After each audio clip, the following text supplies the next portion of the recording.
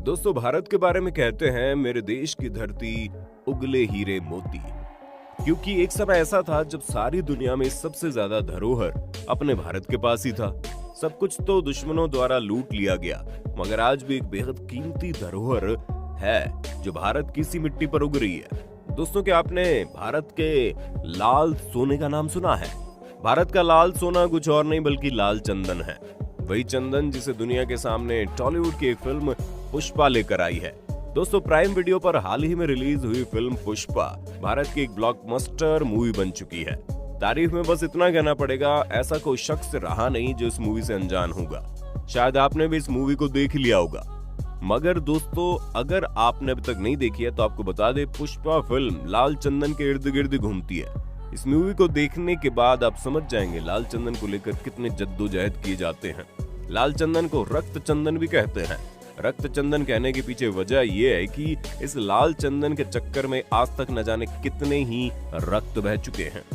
दोस्तों, लाल चंदन दुनिया में सिर्फ और सिर्फ भारतवर्ष में ही पाया जाता है। ये दुनिया का सबसे कीमती लकड़ी है। दोस्तों, आप इमेजिन कीजिए इसकी कीमत क्या हो सकती है। दोस्तों, आपने कितने रुपए इमेजिन किए ये तो हम नहीं बता सकते, मगर आप सब इस लकड़ी के असली कीमत के बारे में सुनेंगे ना तो हैरान हो जाएंगे।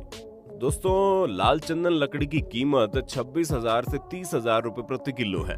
एक पेड़ से कम 20 से 25 किलो तक की लकड़ी निकल जाती है, जिसे बेचकर कम से कम 5 से 6 लाख रुपए मिल जाते हैं। यानी कि एक लाल चंदन के पेड़ की कीमत 6 लाख रुपए है। और दोस्तों, 1 टन लाल चंदन की कीमत 2 करोड़ रुपए हो जाती है। अब हैरान होना तो लाजमी है। दोस्तों, जो चीज जितनी कम होती है उसकी कीमत उतनी ज्यादा होती है। इसका इतनी कीमत होने की पीछे की वजह सिर्फ यही है कि बहुत ही कम मात्रा में पाई जाती है।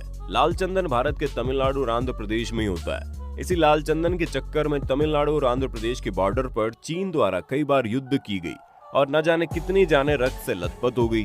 चीन, जिसे दुनिया भर ने अपना दुश्मन घोषित कर दिया है, वो भारत के पीछे आज से नहीं बल्कि सदियों से घात लगाए बैठा है। भारत में पाए जाने वाली लाल सोने के बारे में जैसे ही चीन को पता चला, उसने न जाने कितनी साजिशों के द्वारा उसे पाने की कोशिश की, लेकिन आज तक इसे पाने के लिए बेकरार रहता है। दोस्तों, आपके मन में खूब सारे सवाल उठ रहे होंगे कि आखिर इस लाल चंदन में ऐसा क्या है?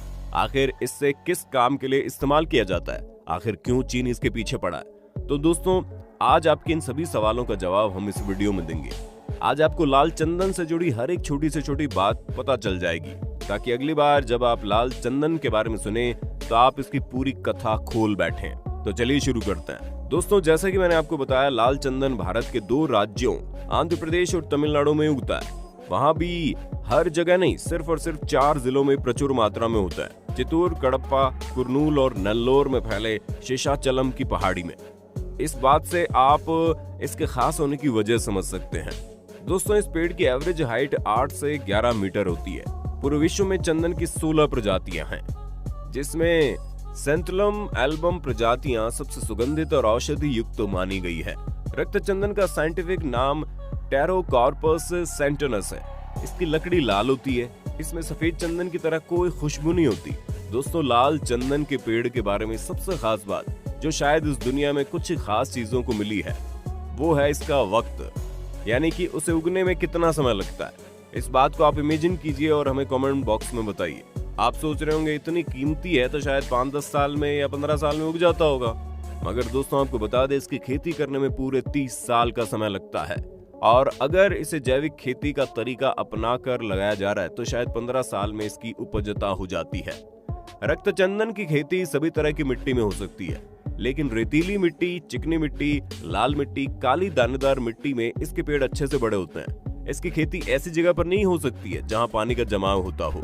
इसका मुख्यतः उपयोग दवा, इत्र, पूज, फर्नीचर और सजावट के सामान, विशेष प्रकार के म्यूजिकल इंस्ट्रूमेंट आदि को बनाने में किया जाता है। कई लोग प्राकृतिक रंग और शराब बनाने में भी इसका इस्तेमाल करते हैं।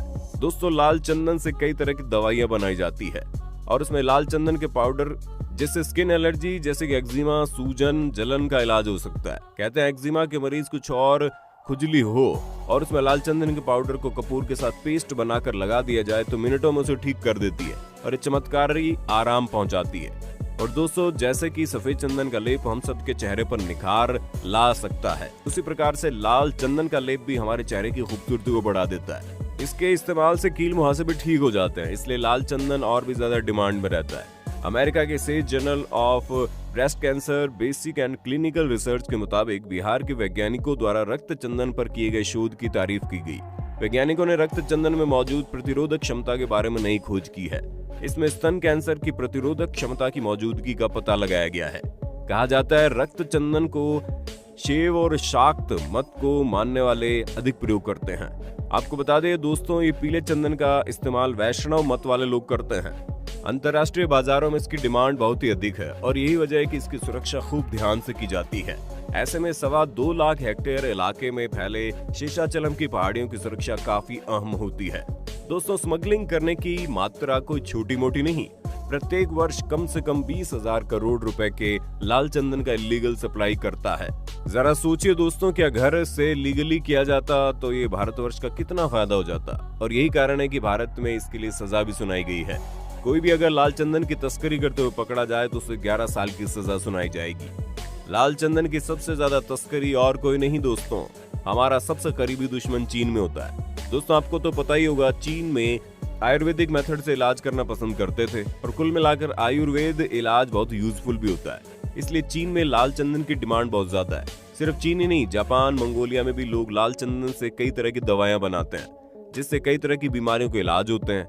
इन दवाइयों की रेसिपी को तो कोई नहीं जानता, मगर चीन और जापान में लोग इसका इस्तेमाल करना बखूबी जानते हैं। लाल चंदन के पीछे चीजें हाथ होकर बात 700 साल पहले की है, जब चीन में मिंग राजवंश का काल था।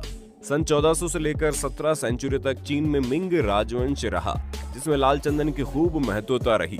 राज में लाल चंदन से तरह तरह का फर्नीचर तैयार किया जाता है। इनको लाल चंदन से बनाई गई सामान का शौक था, इसलिए मिंग वंश के राज में चाइना में लाल चंदन का खूब सप्लाई होता था। दुनिया भर से लाल चंदन मंगवाई जाती थी और उससे नक्काशी करके चीजें बनाई जाती थी और उन्हीं चीजों को संग्रह करके एक म्यूजियम भी तैयार किया गया है जो चाइना में मौजूद है और उसका नाम है रेड सैंडलवुड म्यूजियम। यही वजह है कि चीन में आज तक लाल चंदन से बनी चीजों को इज्जत दी जाती है और लाल चंदन से बनी फर्नीचर और सजावट के सामान को अपने घर में रखना एक सम्मान की बात मानी जाती है। इसलिए चीन में रईसों के घर में आपको लाल चंदन से बनी चीजें देखने को मिल जाती हैं।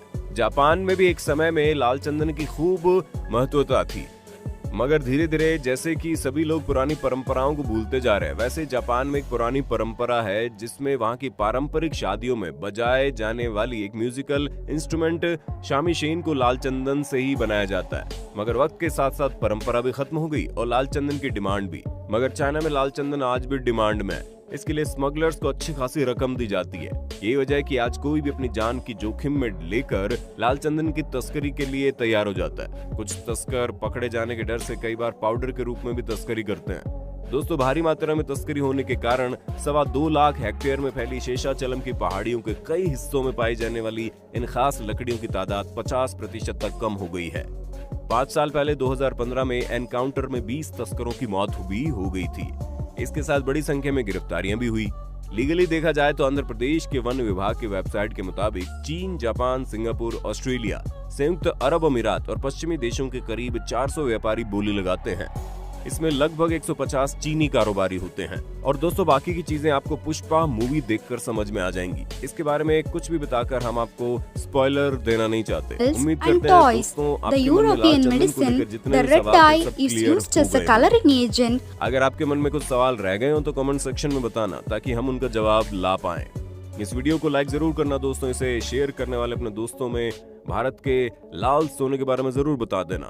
फिर मिलेंगे नई वीडियो में, तब तक के लिए अलविदा।